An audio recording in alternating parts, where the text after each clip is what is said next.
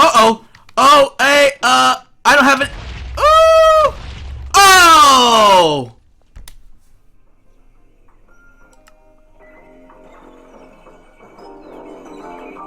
Right.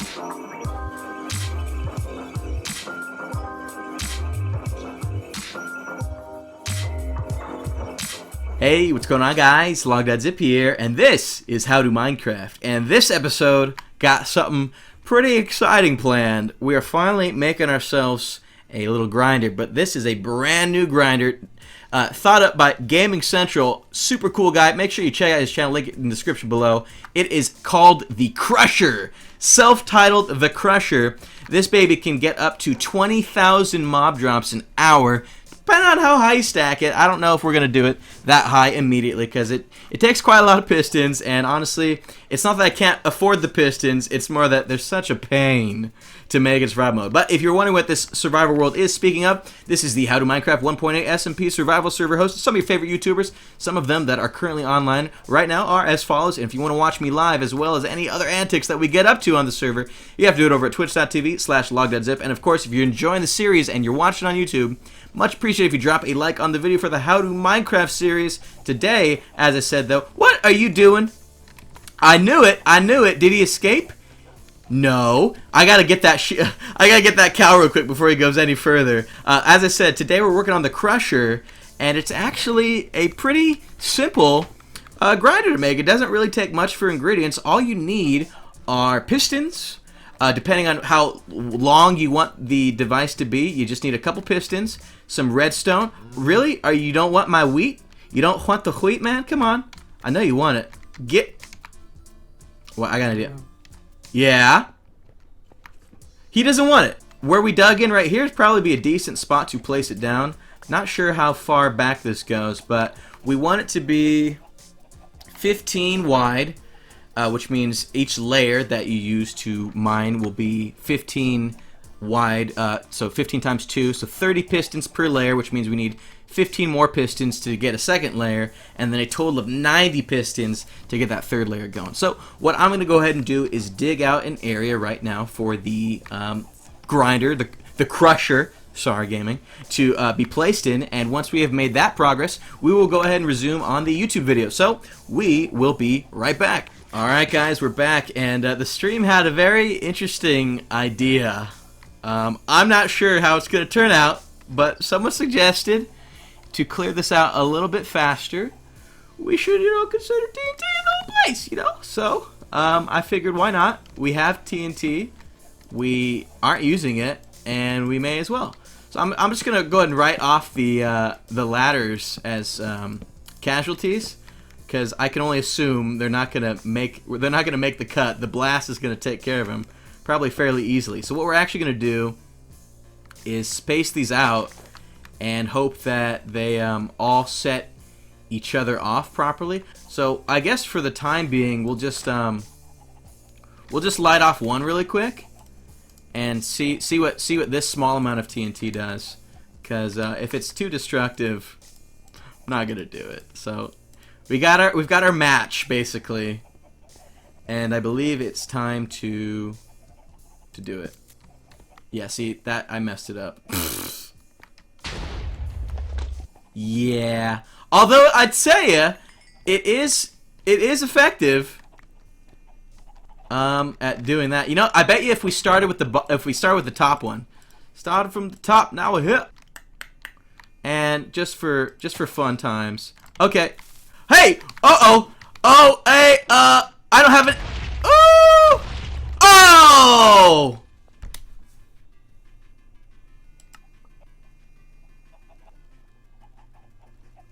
Right, so I'm going to go ahead and just pickaxe out the rest of the space we need, and we'll be back shortly. Alright, guys, as you can see, our bottom floor down there is 75. Here we are. Hey, man, what are you doing?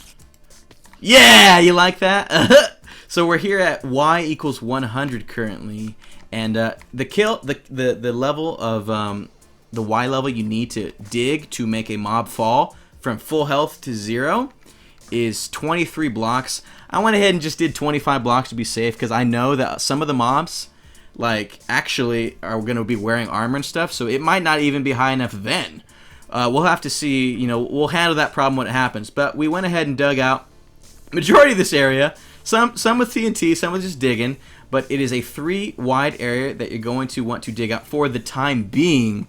And once you've done that, you can go ahead and place down some pistons, those pistons we had with us, and this is going to be our killing section. We mined all the way 25 blocks up from 25 to 100, and once you've done that, you're going to have an area that is 3 long, and that's going to be kind of the area that the mobs are spawning in and then pushed into.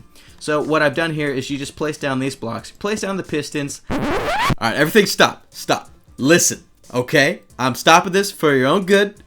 Do not listen to the fool in this video in just a second that places the pistons on bottom. They need to be on top. Whatever you see in this video, replace that line of blocks with the pistons. If you don't do that, you're gonna have a bad time, and I apologize in advance.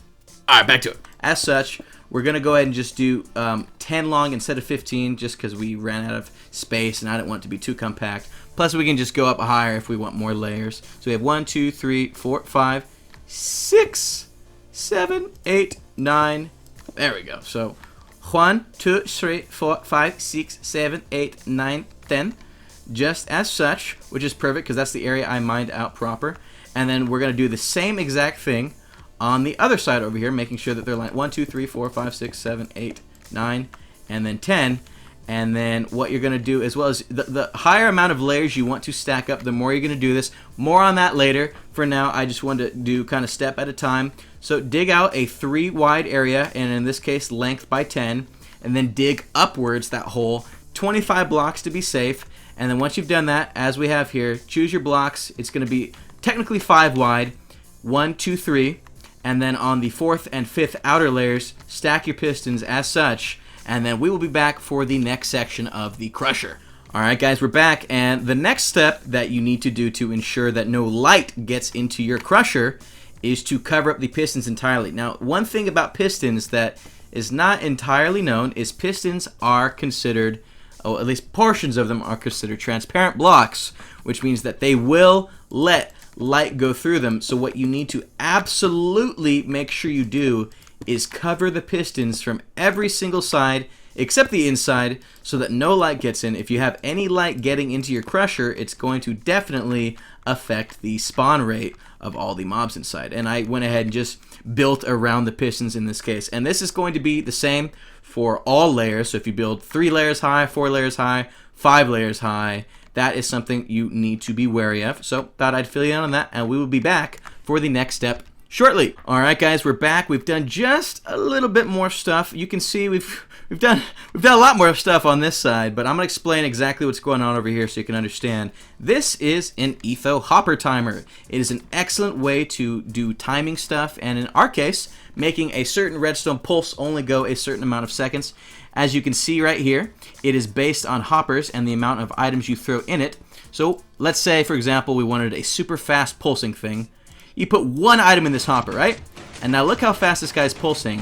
If I put a redstone here, look what happens. It causes all these pistons to pulse very, very quickly. And of course, the more items you add to the hopper, the slower it goes. As you can see, we can add many items. We've added, I think in this case, now there's 6. And see, it slows down the pulses every single time just like that. Now, of course, we want it to pulse on and off every 6 seconds. Not necessarily what it's currently doing, which is staying on and off for just a second. So I'm going to build the proper way. I actually need to get an extra space to do the proper pulsing. So we'll do that real quick over on this side. We'll just let that go for the time being. So what you're going to want to do is build a 6 by 3 area in order to get the hopper pulse going right. And then from here, you need 2 hoppers feeding into each other, and they don't have to be centered. I'm just OCD like that. So we're going to center them. So to feed them into each other, you need to shift right click to be able to attach one like that. Break that first. So as I was saying, 2 hoppers feeding into each other as such. And then from there, you're going to want to place down 2 comparators, just like this, just like this. And then from there, a block, another block, single piece of redstone, another piece of redstone. You need yourself 2 sticky pistons looking at each other just like that. And then right down in the middle, you need yourself a redstone block. And then once you've done all that, you just add in however many blocks you want the pulse to be. In this case, we don't need it to go too often, so I would say you probably put in 1, 2, 3, 4, 5, 6, 7, 8, 9, 10. If you put in 10, that will cause the pulse to go off. I would say often enough. Test this as you will. Results may vary. As I can say, I'm not the expert on the crusher just yet. In fact, I've only just made it. And where's my beef? Alright guys, we're back, and we've gone ahead and fixed it up. I tried to get the timing down as best I could, but it really doesn't matter if they're not completely aligned.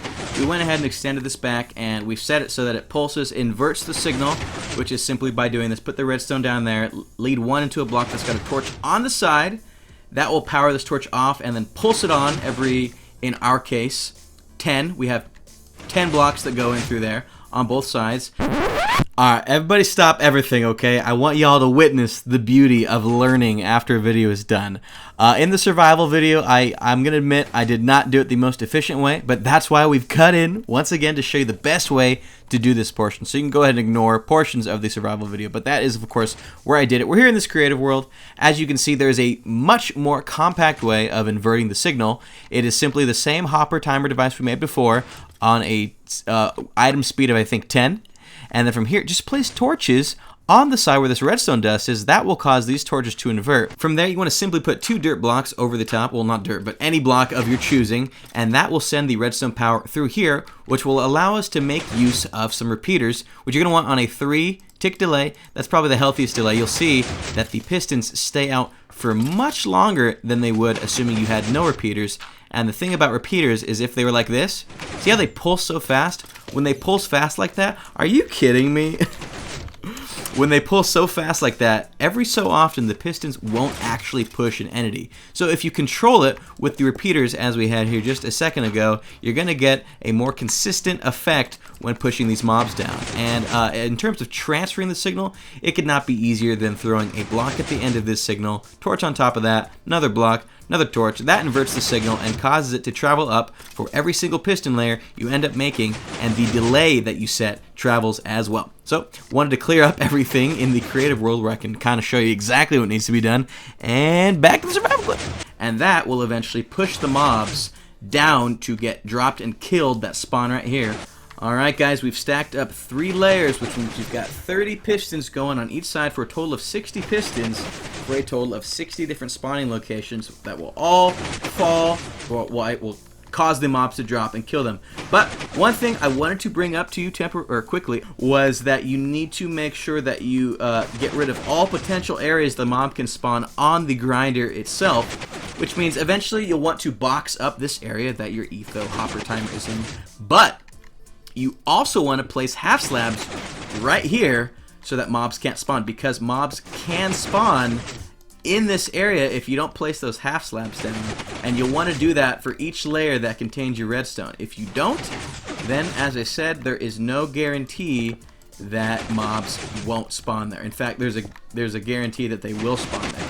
So you got to make sure that you cover this area up properly, otherwise you're just not doing your grinder justice. And once you've done that on all sides and completely closed off the crusher from all forms of sunlight, which as you can see is going to take us a little bit of time to do, you should start seeing the drops pile up. Alright guys, we're back for a small update. So down here is that 3x3 or 3 by however long yours is area I was telling you about, lined up proper right here with the little dropping zone where the mobs will get pushed in.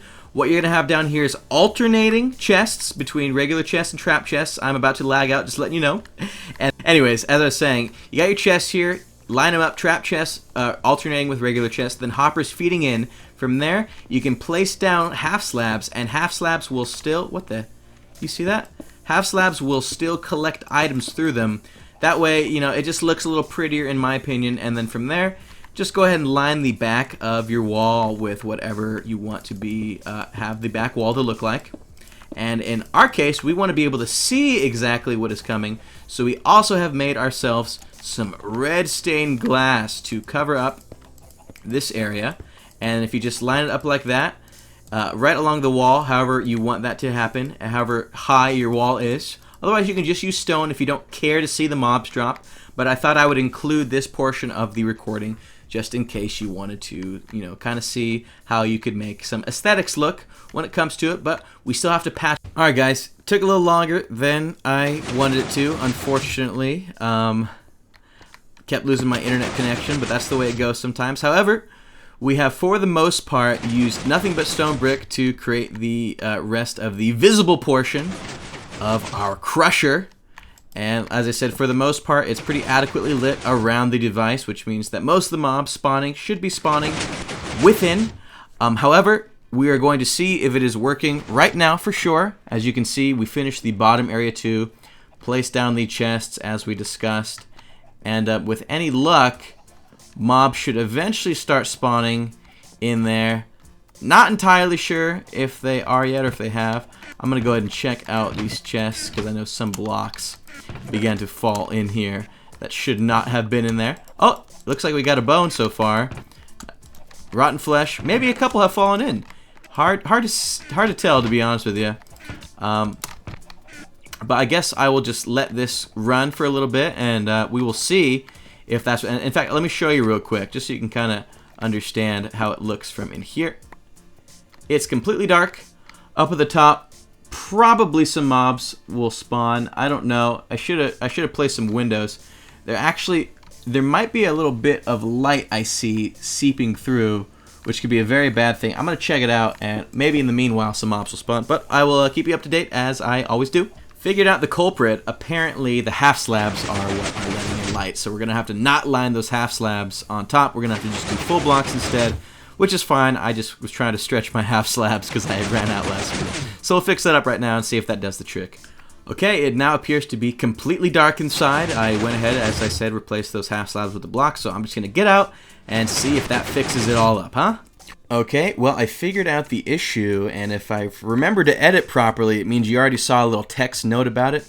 These two spots need to be switched. The pistons need to be on the top one. I don't exactly know why, but mobs do not spawn if the pistons are on the bottom row here. So just switch these two, which means you also have to switch the redstone up on the side. So make sure you paid attention to that text note. Otherwise, if you're building this as you follow the video, you're going to be really mad at me right now. Okay, we're back, and after way too long, we got everything switched up. I had to redo all the wiring. You know, not too bad, but, you know, it's hard to do this in vanilla in any short amount of time. But we're going to go ahead and head back to the bottom after we cover this up and see how it works. Alright, well, as you can see, it does work. It is working, but I think a big problem that I really didn't anticipate when building this was I built it into a frickin' mountain, and right next to where the mobs are probably supposed to be spawning in this room, they're spawning on top of the mountain instead. So what I'm going to go ahead and do is raise up the area they spawned in by a lot, probably torch the heck out of the top of this mountain and the rest of the surrounding land, and hopefully that fixes it. But what I'm going to go ahead and do now is show you what the farm is supposed to look like, because it's actually a really good farm. So here's that.